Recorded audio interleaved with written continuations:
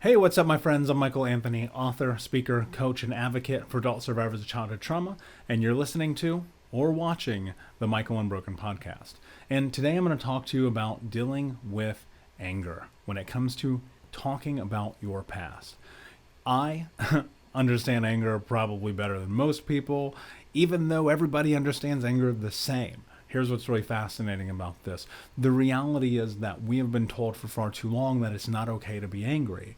Well, here's the problem with that. If you can't understand anger, how could you ever understand the full scope of your emotions, right? People get so stuck with anger because it feels unfamiliar. Which is fair because we've always been told, don't cry. If you cry, it'll hit you harder. Don't get upset. Figure it out. Blah, blah, blah, so on and so forth. Like, you can think of a million times in your life where you've been angry or upset, and then somebody came along and said, hey, you're not allowed to be that way. You're not allowed to be angry. You're not allowed to ever show your emotions, right? And now that's paid tremendous dividends in your ability to not process or be an emotional human being, thus leading you to a place where you're questioning whether or not it's even okay to be angry about the things that have happened to you in your life. The answer is yes. It is okay. In fact, I would argue that you should be. You should be incredibly fucking mad about the fact that really dark, ugly things have happened to you. If you're listening to this podcast right now, you're listening to me. If you're on the part of the Think Unbroken Nation, I'm sorry. Like, the truth is, you've probably been through some dark shit, and it's fucking unfair. And when it comes to dealing with and talking about that anger, look, I think realistically you need to understand a couple of things. One, anger can be super destructive. I've talked about anger on this podcast before, but I promised someone that I would record this episode for them. And so I'm gonna kind of keep this general, but at the same time, if you want a deeper dive into it, I've talked about anger before. The reality is you should be angry. I'm angry all the fucking time. Like, I really am. Like, not in a destructive way, not in like tearing down the world kind of way, but in a like, yeah, I'm pretty pissed off. I'm upset. I'm mad that all these things have happened and you are okay. Like, you deserve to be mad. You deserve it. You deserve to be pissed off. You deserve to be upset. You deserve to be angry. But more importantly, you deserve to use that anger to bring something good into your life. Because it's really easy to get caught up in anger and let it be this destructive thing that destroys everything about your life, right? We see this happen all the time. Volatile relationships, mentally, emotionally, and physically. Get fired from your job because of your attitude. You flip the guy the finger at this traffic light. Like, let me ask you a question. This is like, when have you ever flipped off someone who just cut you off as you're walking next to them on the street? You've never done that. And yet in a car we find that, and maybe that might be a social construct that we've created, but to be angry in a death machine, like, you really need to think about what's happening in your life. Like, it's not that big of a deal.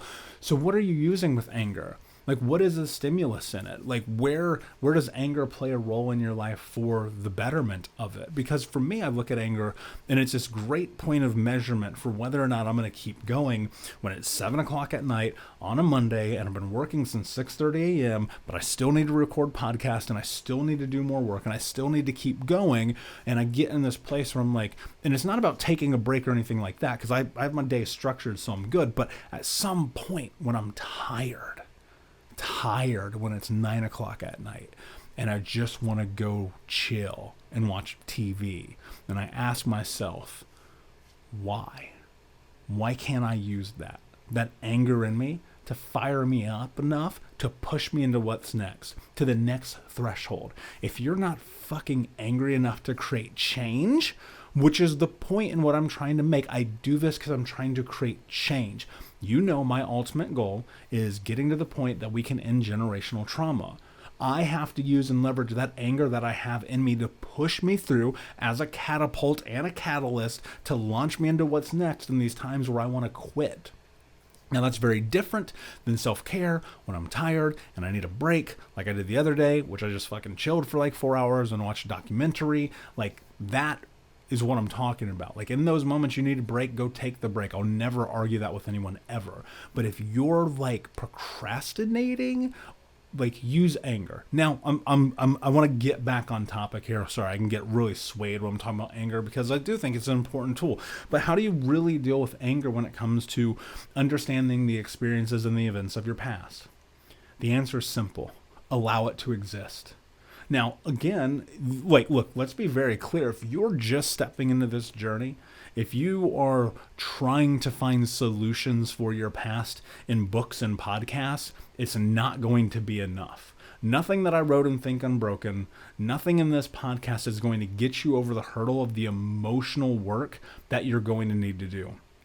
You may need to go speak with a therapist. You may need to go to group therapy. You may need to go to retreats. You may need to have a coach like me. I talk to my clients all the time in our one-on-one coaching about anger because it's a part of life and what we do with it and why more so we deserve to be angry. Like, truth be told, like, you should be angry. You should be angry and you deserve to be angry. And it's more importantly, it's okay to be angry.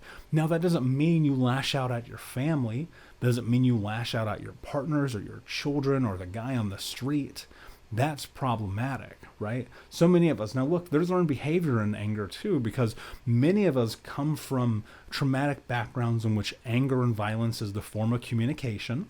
Thus, we learn and understand that that is how we communicate in the world, and in turn, and in kind, that's how we communicate in the world. That's not productive. In fact, it's counterproductive. Because I don't know about you, but I don't think I've ever accomplished... Actually, I know. I've never accomplished anything in my entire life yelling at someone. Never. It's never happened. It doesn't work. Because we're human beings. We want to be treated kind and with kindness, right? And so now you're starting to move through and evaluate and understand the role that anger plays in your life. Like, what is it that you want anger to do in your life? I'm serious. Ask yourself a question. What is the role that you want anger to play in your life? Where does anger make your life better?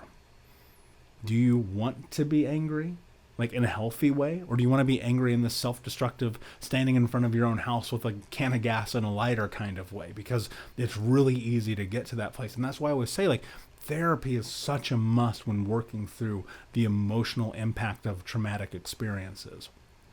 And because you do have the ability, like, look, if you're struggling with trying to figure out the role that anger plays in your life, then that means you are very likely struggling with all of the other emotions of your life.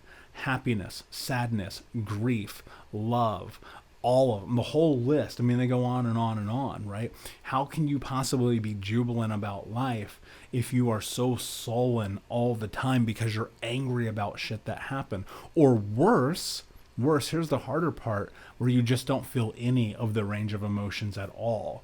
And while you can, and this was my experience, like, realistically, there was a period of time in my life where I thought I was a sociopath.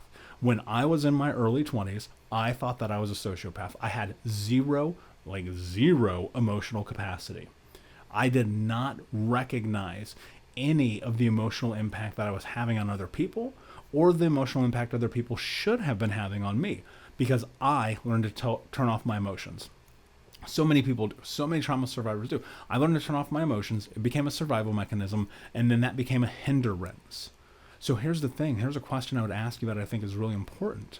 Like, are you really feeling anger? Or are you contextualizing it in a way that you think you understand what anger is? Because it's a very big difference. I used to get angry to the point where I would go and I would sit in my journal after some of these therapy sessions, and I would just write in just tears. Like, I could just feel my fist clench up and just, like, all of this stuff want to get out of me, right?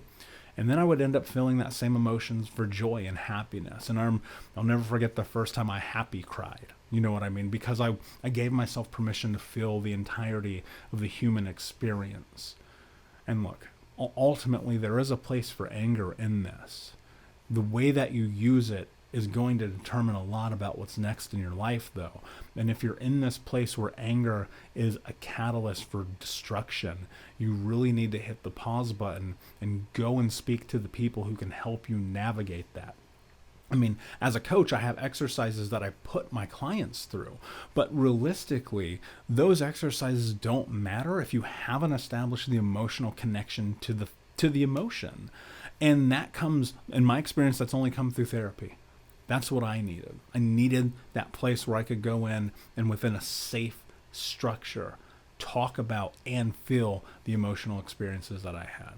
So look, it's really easy to be dismissive of anger and say, oh, you're just mad, get over it, right? To be honest, to be totally fucking frank with you, I'm never going to get over it. I'm never getting over the fact that we're sitting here right now having this conversation because the people who were supposed to take care of us didn't. But I'm also not going to use that as a scapegoat for why my life cannot be amazing. We have to understand we still have immense potential. If you're listening to this right now, everything in your life can be different as soon as you make a choice for it. Now, don't let anger be the deciding factor in whether or not you find success in your life. Use it, learn it, understand it, embrace it. Let it guide you. Learn it, because when you do, the other emotions, they will take shape too. You will become closer to you, to who it is that you are, to your emotional capacity, and ultimately you will form who you are in a greater way, because now you've put yourself in a position to understand the depths of who you are. Many of us try to remove anger from the equation. I don't get mad. I'm robotic. That shit don't work. If you're not getting mad, if you're listening to this and you're like, I never get mad, you're the first person who needs to go to therapy. Because that was me. Like, I'm laughing, but it's so true. If you're the person who's listening right now and you're like, I don't need therapy. I don't need to go, my anger is fine. It's in check. No, you're probably the dude flipping the bird, driving your car up on the sidewalk, being a psychopath, right?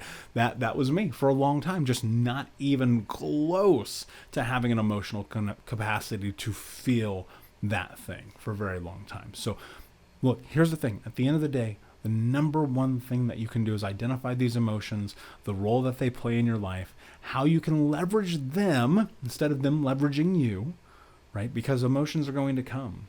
Can you step into the happiness? Can you step into the sadness? Can you step into the fear? Can you step into the guilt, the love, the joy, the lust, whatever that emotion is? Can you step into it in a healthy way so that you understand it, so that you feel it, and so you can be present with it? Don't shy from anger.